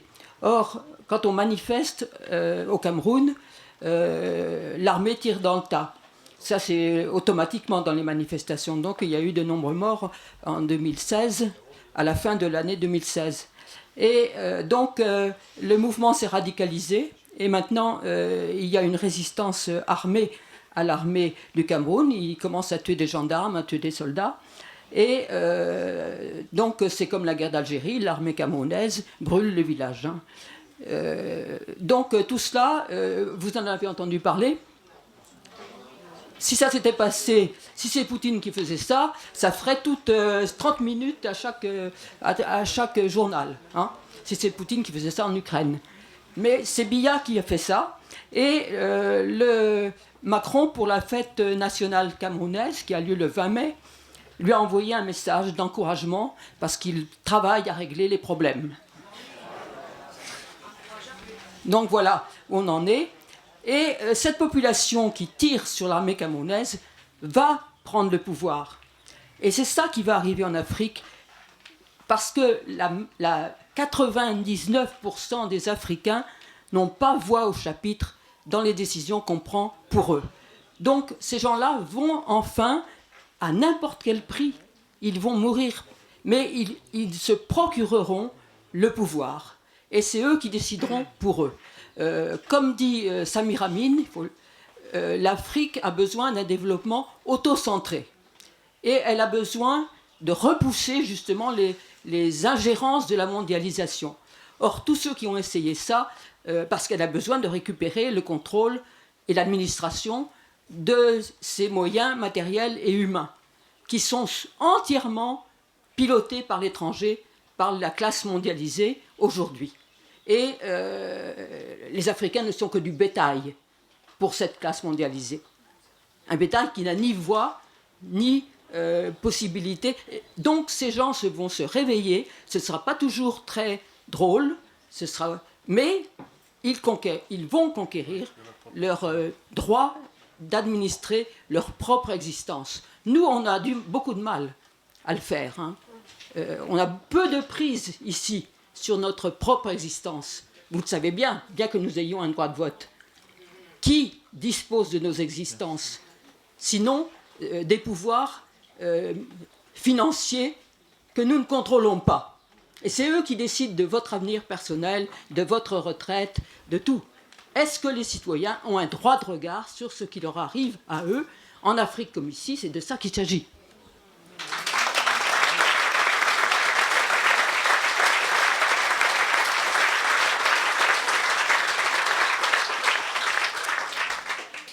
Eh bien, maintenant, on va vous laisser la parole. Si vous avez des questions, j'imagine qu'il y en a.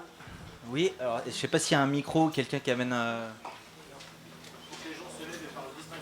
D'accord, donc il faut que les gens se lèvent et parlent fort. J'ai une information brève et une question à poser. Alors l'information, elle va prolonger l'intervention de Théophile Pomeau et de Madame Odile Domner. Nous sommes une jeune association qui s'appelle Côte d'Ivoire Rechercher et Dire la Vérité, qui a pour but d'informer les Français, des Français qui, comme moi, en 2011, avaient applaudi lors de l'intervention française à Abidjan.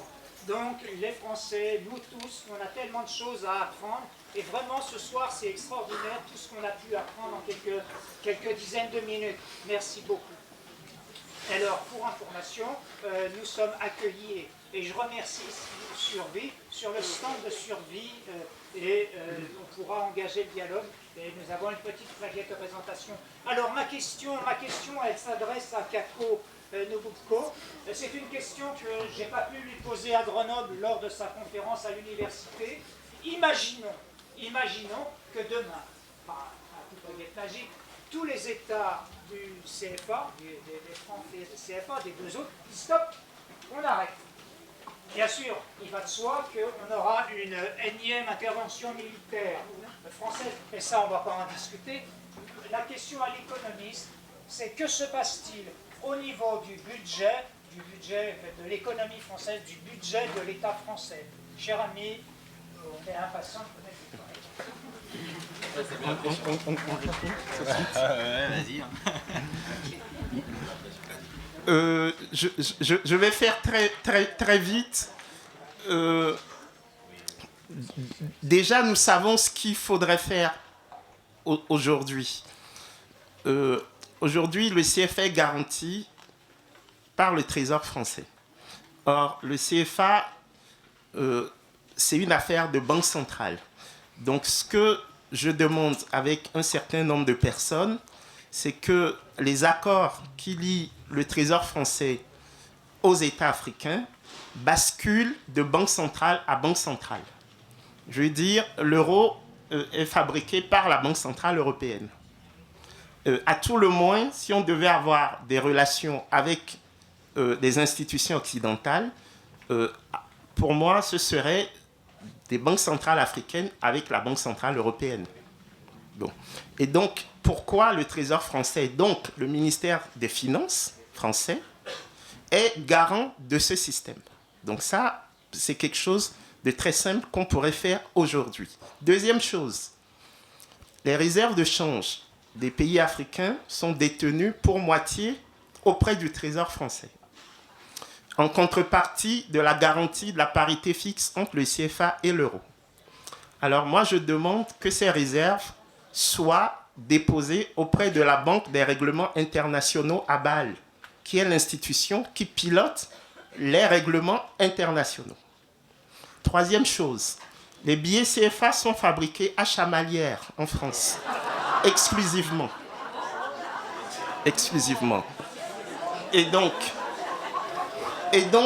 je demande que nos billets, je demande que notre monnaie soit fabriquée en Afrique. Voilà. J'ai encore 10 autres choses à dire, mais je les dirai après. Ok.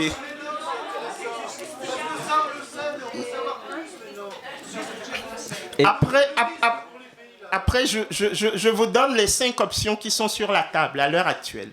Ok. La première option, c'est que les États reprennent leur souveraineté monétaire et qu'au plan supranational, on ait des monnaies communes et une monnaie qui serait l'équivalent du CFA, qui serait la monnaie de transaction avec le reste du monde. C'est un peu dans la logique de ce que propose Jacques Sapir pour la zone euro, par exemple. Okay. C'est quelque chose qui a été proposé en 1960 par un économiste sénégalais, Daniel Kabou, qui était premier secrétaire général de la Banque centrale, qui a proposé l'Union africaine de paiement. C'est quelque chose qui peut très bien fonctionner. Techniquement, ce n'est pas très compliqué. Ça permet simplement de découpler la fonction de réserve de valeur de la monnaie de la fonction d'intermédiaire des échanges. Okay. Techniquement, c'est faisable.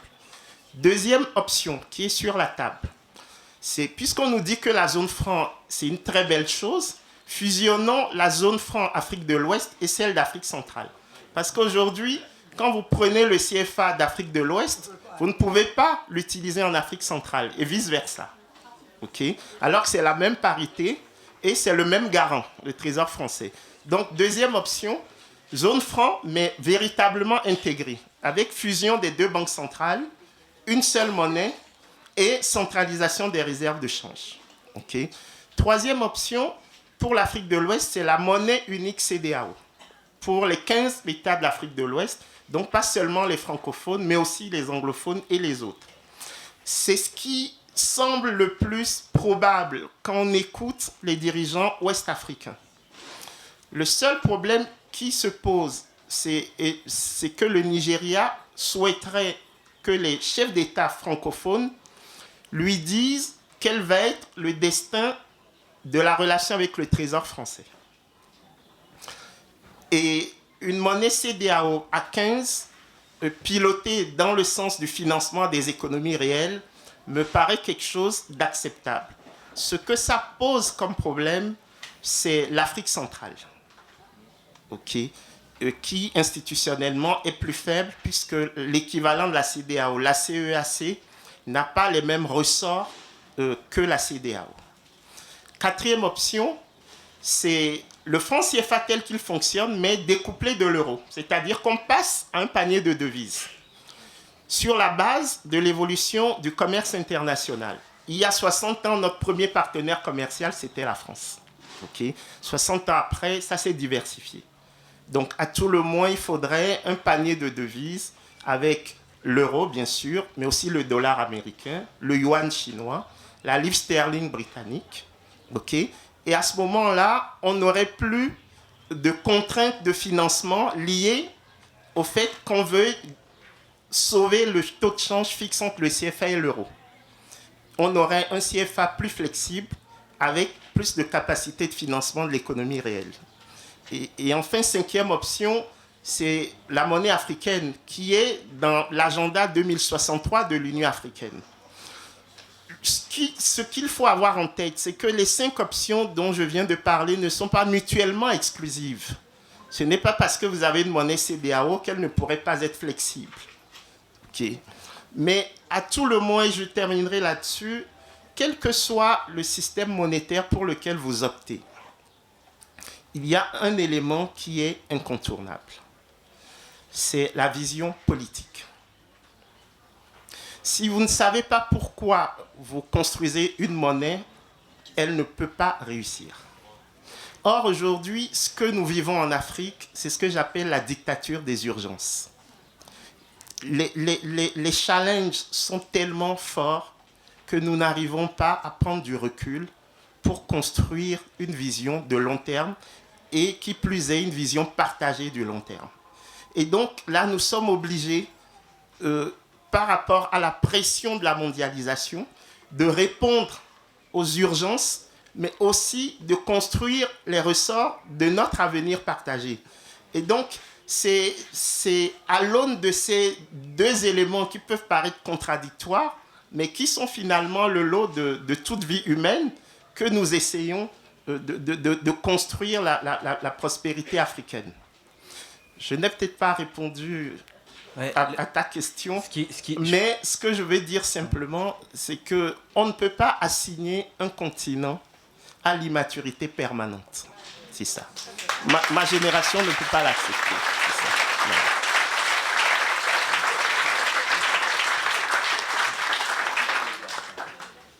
Une question par là. Oui, un petit témoignage, une question, simplement pour dire, tout à l'heure vous avez parlé des jeunes qui traversaient la Méditerranée pour venir là, vous avez dit que c'était des héros.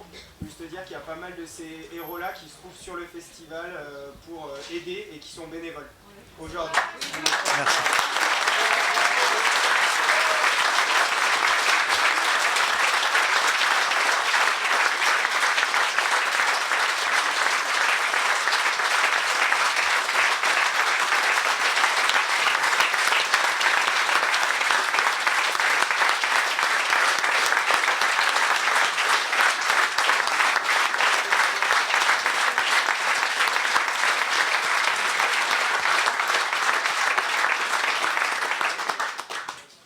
Est-ce que tu avais aussi une... Oui, j'ai une question.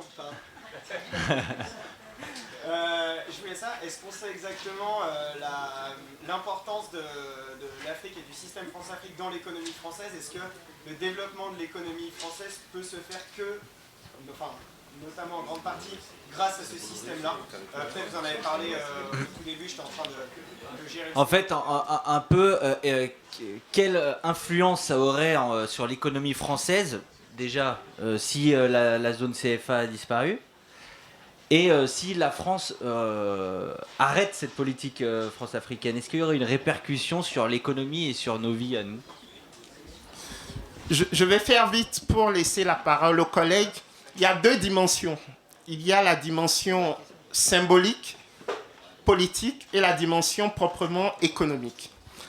La dimension symbolique ou politique, c'est la permanence du précaré.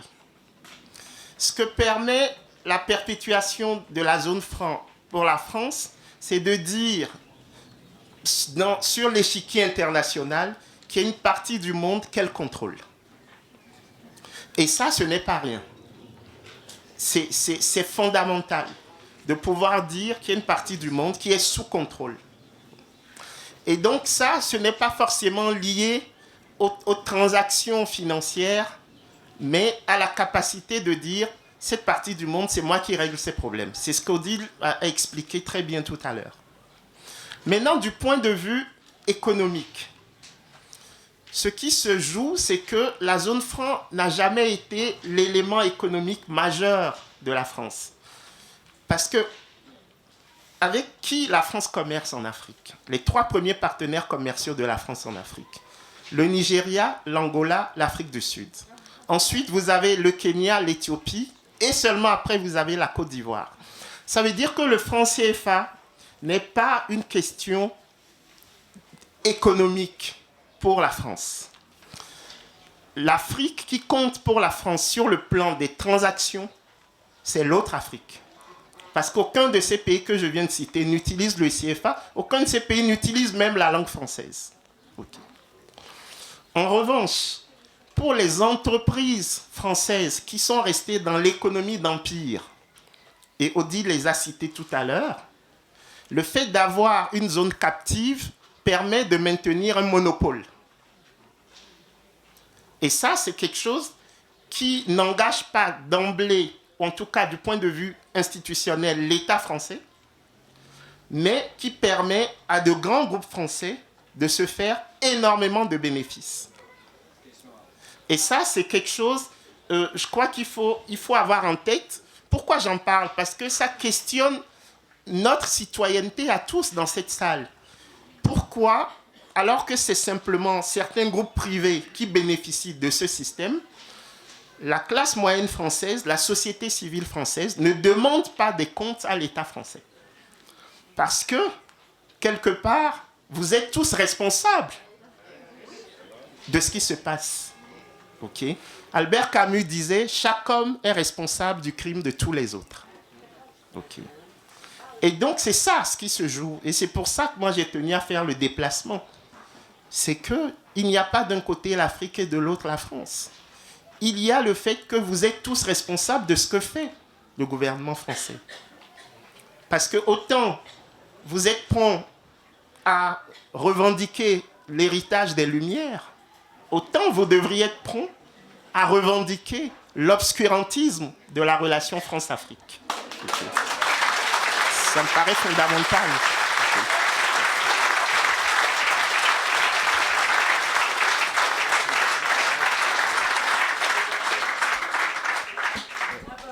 Attends, on prend la question.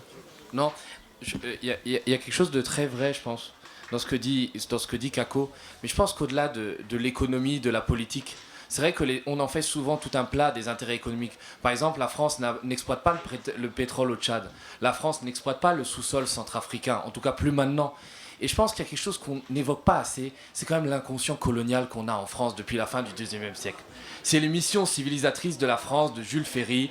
On allait apporter la bonne parole aux petits Africains. Et je pense que ça a jamais quitté.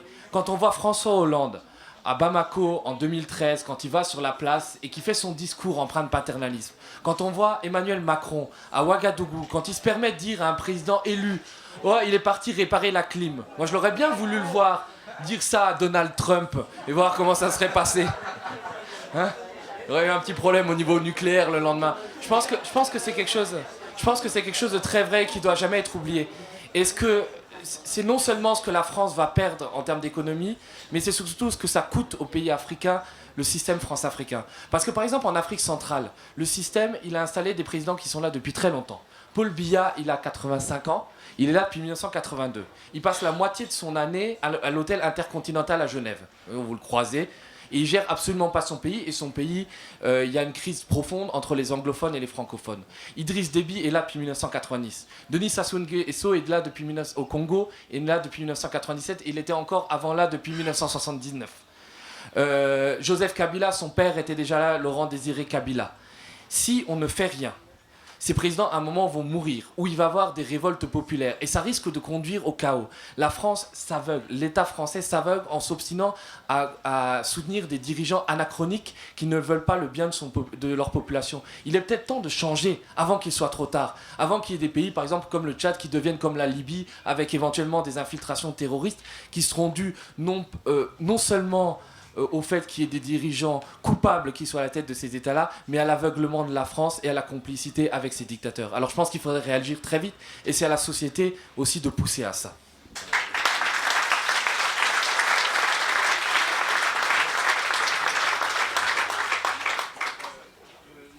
Je voudrais revenir sur la question de l'économie. Bon, moi, je ne suis pas économiste, mais je suis journaliste économique. Et en fait, je m'intéresse à des détails économiques, et je pense que ces détails permettent des fois de voir l'essentiel.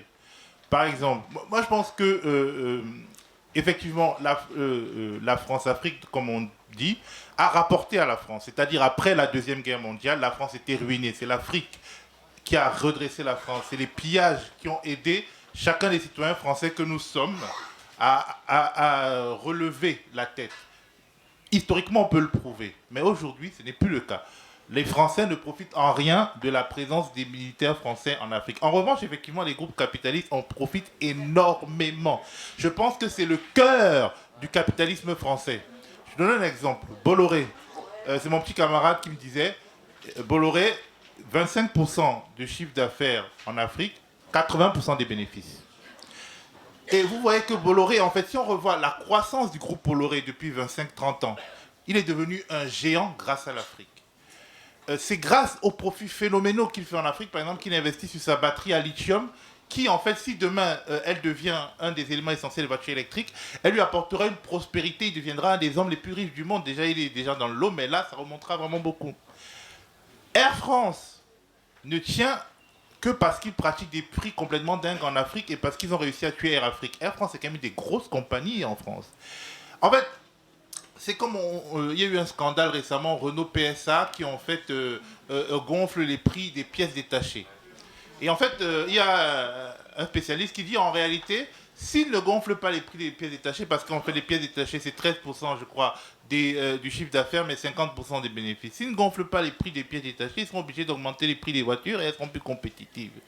C'est-à-dire que si demain il n'arrive plus à avoir ces profits phénoménaux en Afrique qui leur permettent d'investir par ailleurs, c'est l'Afrique qui a permis à Bolloré d'acheter Vivendi, de devenir le roi du pétrole ici en France. C'est en fait l'Afrique qui permet à Air France de... Voilà. L'Afrique donne des revenus assez élevés à Orange. Les banques françaises, par exemple la Société Générale, la BNP, sont en Afrique. En fait, quand tu regardes les bilans de ces banques, c'est extrêmement difficile de voir les bénéfices.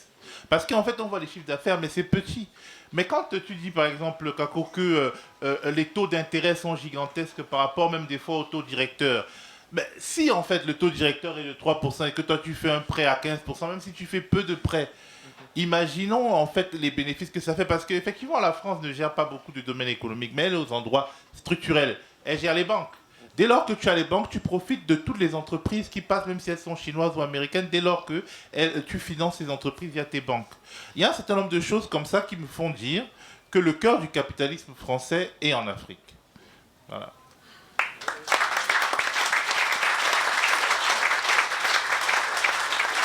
Alors, on a une question. Pardon.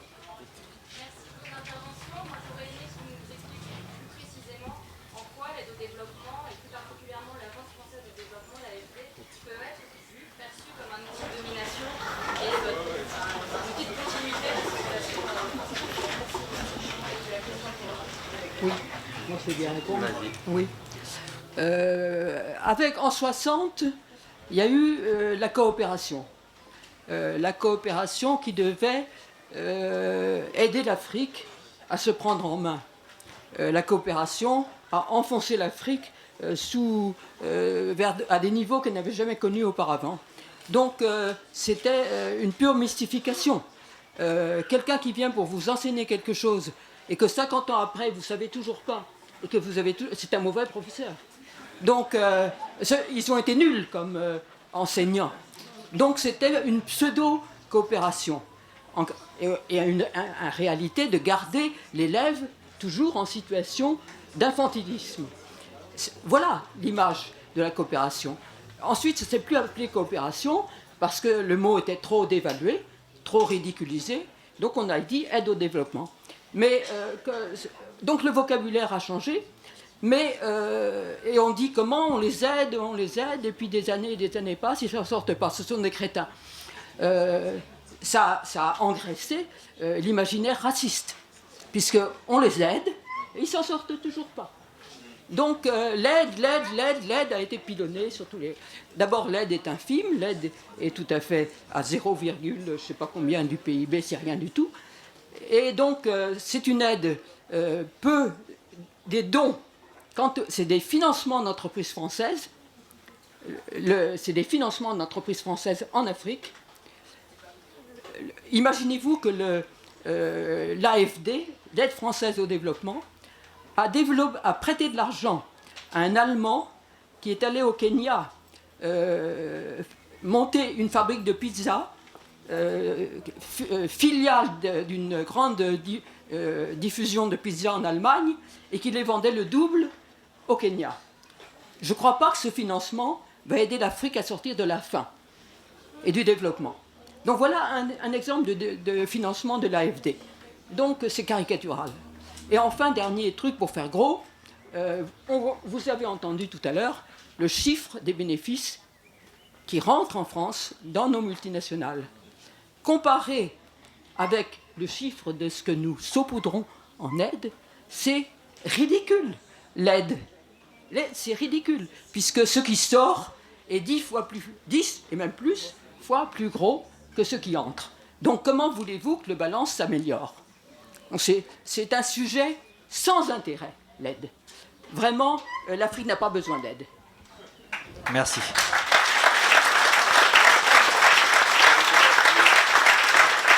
Alors, une autre question.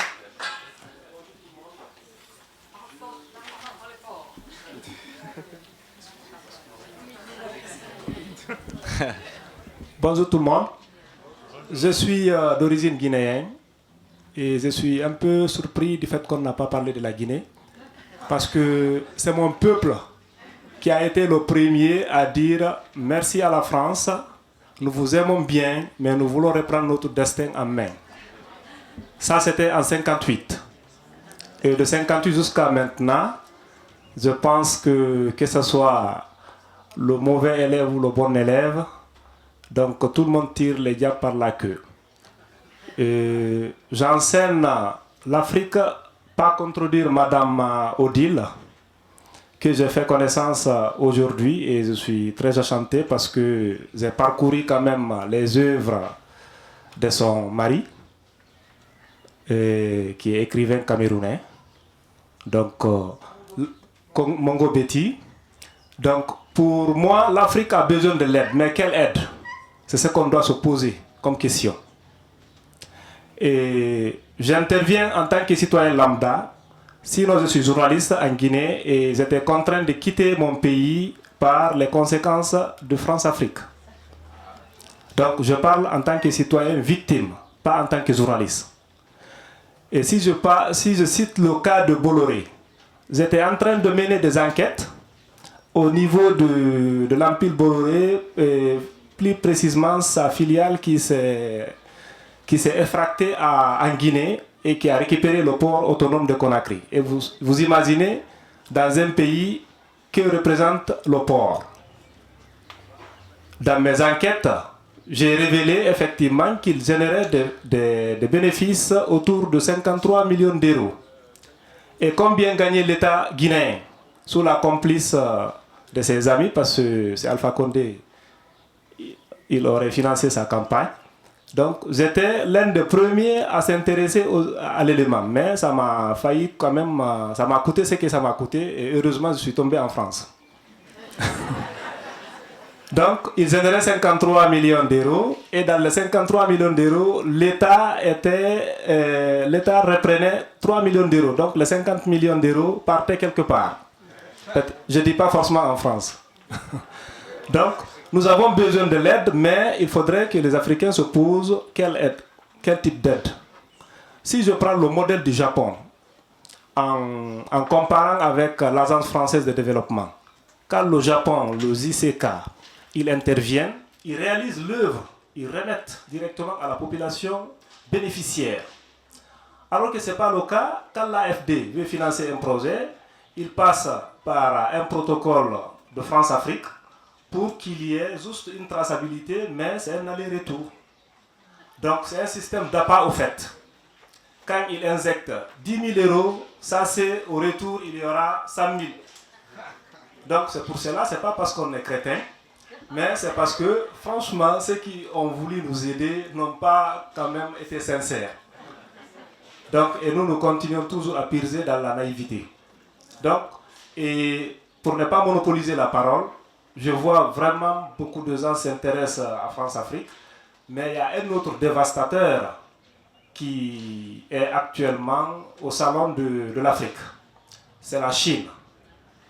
C'est la Chine. Je m'inquiète beaucoup et je demanderai à mes aînés et à toutes les personnes de bonne volonté de nous assister contre cette invasion parce que, j'avoue sincèrement, la Chine détruit l'Afrique au moins 10 fois plus grave que la France-Afrique. Je vous remercie.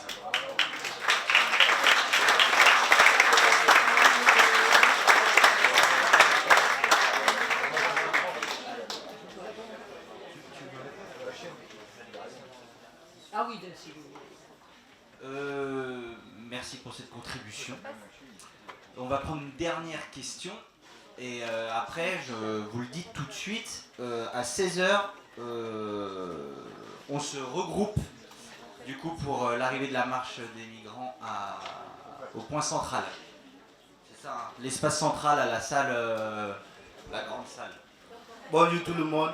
Bonjour. Moi, je suis d'origine sierra-léonaise, un pays anglophone. Moi, la chose que je vais te dire, parce que moi je parle anglais, je ne peux pas parler français bien. Moi, c'est l'immigration que je veux que France arrête. La chose que France va nous aider, il laisse nous, Africains, on crée notre monnaie. Ça, c'est un, on crée notre monnaie. Il laisse pour supporter le mal gouvernance en Afrique. Parce que les Français supportent le mal gouvernance en Afrique. Pour ça, nous, Africains, morts dans le lot méditerranéen comme ça, tout vous vivez. Et arrête pour supporter comme président comme Paul Biya. Il a pris presque 38 ans au pouvoir. Il applique les lois de démocratie. Nous, c'est ça nous avons besoin, parce que l'Afrique a des vents. Ce n'est pas ça quoi Afrique. Si vous vivez les gens ici, parce que la France supporte le mal gouvernance en Afrique. C'est pour cela que les Africains viennent ici. Sinon, on ne vient pas ici. On a tout. Mais ils supportent le mal gouvernance. On a besoin de notre monnaie. Notre monnaie en Afrique, ce n'est pas français qu'on a besoin. On crée notre propre monnaie. Parce que le français, presque tout le intérêt de français, c'est français qui mange. Ce n'est pas nous. C'est ça qu'on a besoin. Merci. Merci beaucoup.